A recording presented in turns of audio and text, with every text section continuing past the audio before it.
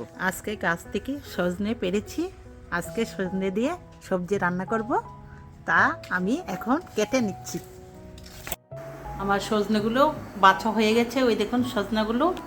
আর data নিয়েছি, আর দুটো আলু নিয়েছি, আর শিং মাছ নিয়েছি, জ্যান্ত শিং মাছ কেটে নেব, আর ট্যাংরা শুটকি নিয়েছি সজনেটাকে রান্না করার জন্য।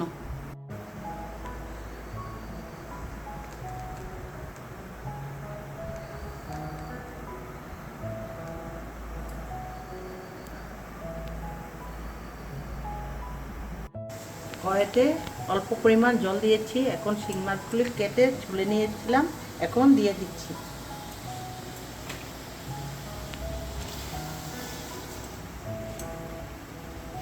অল্প পরিমাণ নুন দিয়ে দিচ্ছি, আর একটু হলুদ দিয়ে দেব, হলুদ দিয়ে দিচ্ছি। এখন মাছগুলোকে সিদ্ধ করে নামিয়ে নেব।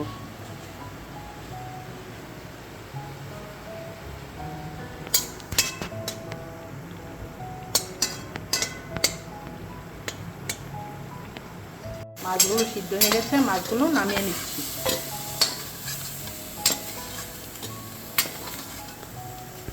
মাছগুলোকে কেটে কাঁটাগুলো বেছে নেব, সবজিগুলো দিয়ে দিচ্ছি।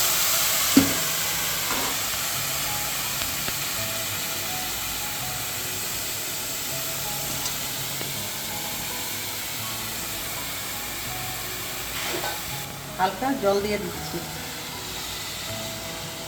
আধা চামচ লবণ দিয়ে দিচ্ছি। এখন একটু নেড়ে ঢাকনা দিয়ে ঢেকে দেব।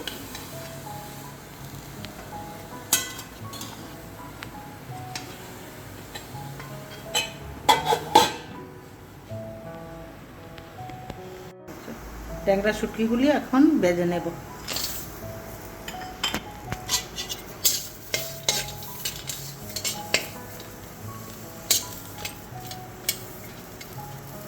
শুটকিটা ভাজা হয়ে গেছে, এই দেখুন গন্ধ বেরোচ্ছে। কাঁচা লঙ্কাগুলো এখন বেটে নেব। ঢাকনাটা তুলে দেখছি, এই দেখুন আমার তরকারিটা হালকা। কাঁচা লঙ্কাটা দিয়ে দিচ্ছি। তরকারিটা সিদ্ধের জন্য আবার ঢেকে দেব।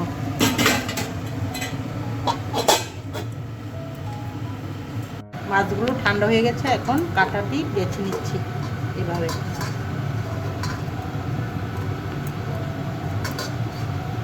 কাঁটাগুলো ফেলে দেবো, না হলে কাঁটাগুলি গলাতে আটকে যাবে।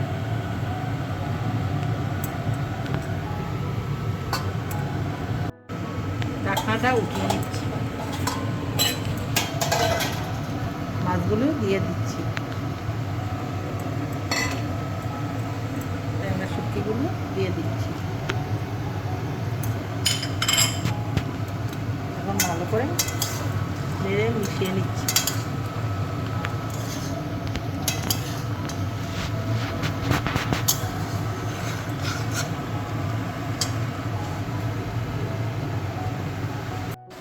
আমি ঝোলটা দিয়ে দিচ্ছি।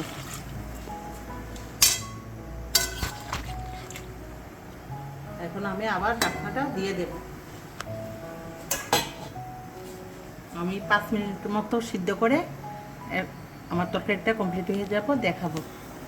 আমার সজনের তরকারিটা কমপ্লিট হয়ে গেছে। আর এই তরকারিটা যদি আপনাদের ভালো লাগে তাহলে লাইক, শেয়ার আর সাবস্ক্রাইব করে দেবেন।